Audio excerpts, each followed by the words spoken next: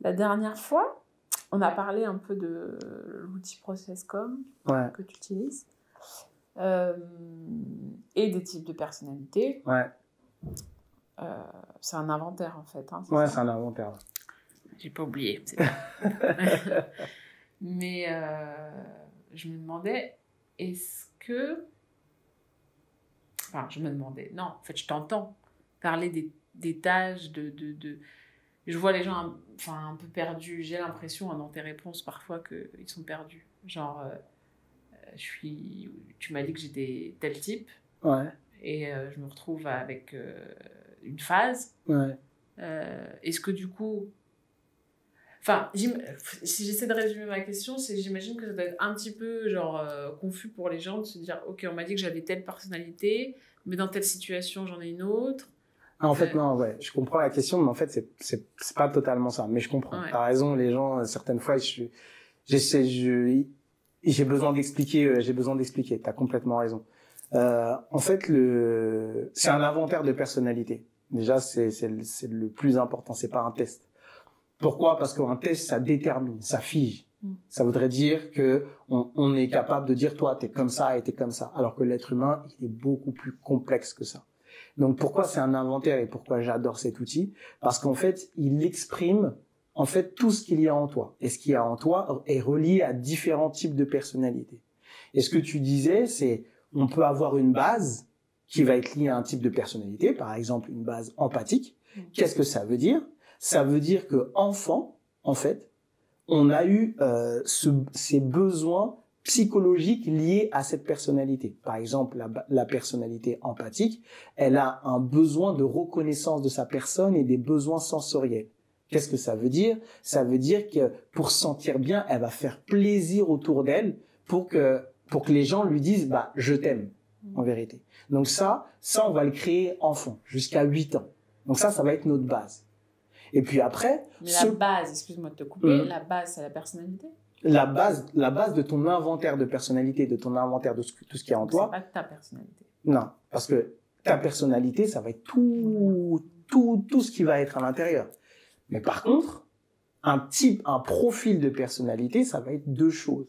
Ça va être ta base, ce que je viens d'expliquer, et également ta phase. Qu'est-ce que c'est ta phase? C'est la motivation actuelle que tu as. Et ta motivation actuelle peut être différente des besoins que tu as créés enfant.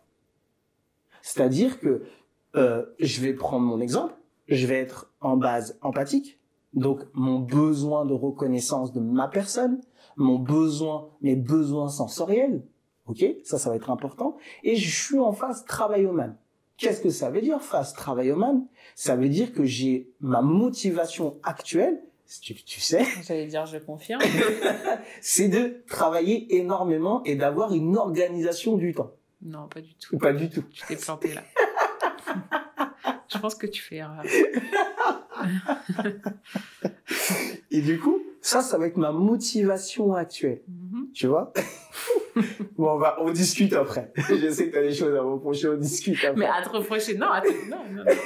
Et du coup, je confirme pour tout le monde que c'est bien. Et du coup, ça va être ma phase, ma motivation actuelle. Donc, ma base, mes besoins psychologiques qui ne bougeront jamais seront liés au type empathique. Et ma motivation actuelle, eh bien, ça va être lié à la personnalité travaillomane. D'accord? Okay. Donc, c'est pour ça que je peux être complexe. Ok. Parce que déjà, j'ai deux éléments qui vont vraiment ressortir. Ok. De ma personnalité. Une phase, ça change par contre. Et une phase, ça change. Exactement. Voilà pourquoi on peut changer de personnalité. Parce qu'en fait, ce qui se passe, c'est que, et c'est très important, merci de ta question, parce que j'espère que les gens ils vont comprendre maintenant.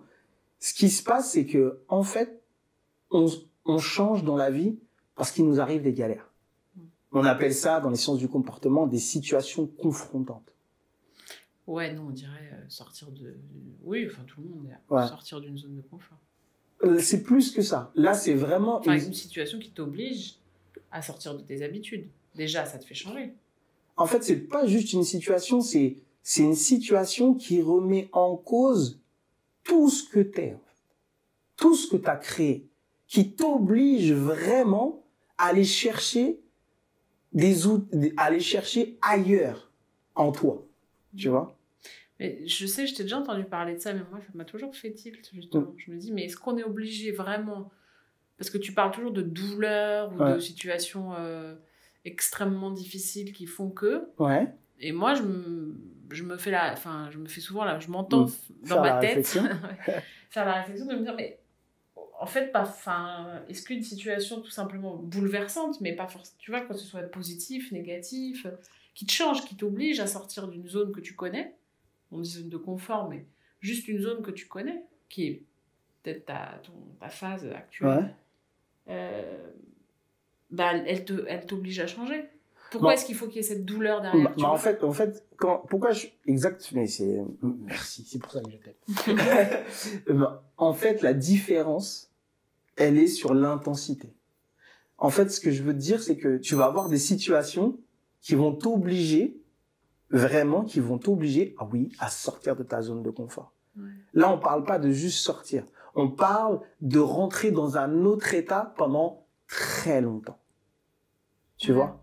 On parle, c'est comme si, c'est pour ça qu'on dit, il y a certains couples, il y a certaines personnes qui peuvent se dire, mais je te reconnais plus. Parce que la personne, quand elle va être confrontée à cette douleur qui va l'obliger à aller chercher autre part, donc dans une autre personnalité, eh bien, son entourage va plus capter. Parce que quand on parle de zone de confort, ça peut être ponctuel. Ça peut être sur un mois, ça peut être sur 2 mois, ça peut être sur une semaine, ça peut être sur un jour, ça peut être pour un événement particulier. Là, quand moi je te parle des situations confrontantes, c'est que, en fait, t'es obligé de changer sur du long terme. Et pour ça, il faut qu'il y ait vraiment de la douleur. Pour ça, c'est obligé d'avoir une remise en question. Et tu l'as très bien dit, j'aime bien ce truc-là, je vais le ressortir. Une situation bouleversante, c'est plus joli. Une situation bouleversante. Alors, ça peut être aussi positif, c'est-à-dire, ça peut être perçu positif pour les autres. Je sais pas, j'imagine par exemple quelqu'un qui devient une femme ou un homme, une femme qui devient maman. C'est magnifique, c'est ce que j'allais te dire. C'est une situation bouleversante. Ouais. Ok, mais c'est positif, a priori. Mais ça peut être positif pour les autres, mais pour elle, c'est peut-être quelque chose qui va lui faire peur et qui va aller toucher, en fait. Oui, bien sûr. Mais dans le cas où c'est positif pour elle, ça la bouleverse, ça la transforme. Est-ce qu'elle change pas de phase? Bah justement. Mais encore, moi, je te parle de douleur, je parle pas forcément de manière négative. Tu vois, je te parle de ça. Là, par exemple, parce que l'exemple que tu me donnes, pour moi, ça rentre totalement dedans. C'est-à-dire que c'est une situation bouleversante. Okay. Donc, il n'y a pas forcément cette notion de tristesse. De tristesse, non. C'est une situation bouleversante qui va remettre en cause, mais totalement sur une durée indéterminée, ces schémas, en fait. Donc, là, tu changes de phase. Et il y a des personnes qui changent jamais de phase, en fait. Il y a des personnes, et c'est la plupart des gens, ils vont rester en base. Par exemple, en base empathique. Toute leur vie. Parce que toutes les situations qu'ils vont rencontrer, ils vont trouver des solutions dans leur base. Tu vois? C'est possible, ça? Il y en a beaucoup, quand même. Il y en a beaucoup qui restent en base, en phase. Et puis après, il va y avoir après, ça dépend aussi tout le monde ne vit pas des choses, tu vois, tout le monde, ce que je veux dire, c'est que quand tu restes là et quand tu arrives à trouver toujours les solutions, c'est que ta vie, tu vois, t'es pas obligé d'avoir une vie... Mais si tu trouves les solutions, c'est peut-être parce que justement, tu as des ressources qui font que tu vas chercher dans des phases, je te titille, hein. Oui, bien sûr, mais c'est bien. Qui font que tu vas chercher dans certaines phases des ressources. Parce que une base ne peut pas remplir toutes les fonctions. Enfin, je sais pas, d'après ce que j'ai compris, tu vois. Bah, je suis d'accord, et c'est ça, t'as très bien compris, mais ce que je dis, c'est qu'il y a des personnes, eh bien, dans leur vie, il va pas y avoir des situations bouleversantes au point de remettre, au point de remettre en question. Mais quoi, il faut rien, c'est des plantes. Mais non, c'est pas des plantes. Tu vois, là, c'est toi qui es méchante. Mais non, mais pour moi, c'est impossible. C'est la vie, c'est pas les gens. La vie fait que tu vois, que t'es forcé, en fait, que t'es contraint. C'est là que... Même, tu vois, c'est pas une question de volonté, c'est sûr, ça, je te rejoins. C'est pas une question de volonté, mais c'est aussi une question de est-ce qu'on regarde ou est-ce qu'on regarde pas? Tu vois? Il y a aussi ce côté-là. Il y a aussi, t'as une situation bouleversante. Est-ce que tu vas les regarder? Est-ce que tu vas pas les regarder? Est-ce que tu vas les mettre les bons mots dessus? Ou est-ce que tu vas faire semblant? Tu vois? Donc tu vas pas, tu vas mettre ça sous le tapis, et puis voilà, tu vas vivoter, et puis dans ta vie, voilà. Et c'est souvent les mêmes bases qui se retrouvent à pas changer. Non. En fait, là-dessus, on n'a pas de... Parce que je me dis, est-ce qu'il y a vraiment une... Est-ce qu'il n'y a pas, parmi toutes les bases, il n'y en a pas une qui comble un peu plus Si, il y en a une. C'est qui? Ah, je te dis pas. C'est quel type plutôt? Non, ce que j'ai appris il y a pas très longtemps, c'est que c'est très rare de voir des bases empathiques monter en phase. C'est très rare. Ah bon? C'est très rare. Parce que justement, comme la base empathique, elle a, ça te choque, hein? La base empathique, comme elle a énormément de ressources, parce que elle sent les gens, elle a une intuition et que elle fédère autour, eh bien... Elle s'en mange plein aussi, non? Elle s'en mange plein, donc, mais justement, elle arrive toujours à mettre en place des stratagèmes pour pas monter. Ce qui veut dire que quand une base empathique monte, c'est que vraiment sa vie, c'était chaud.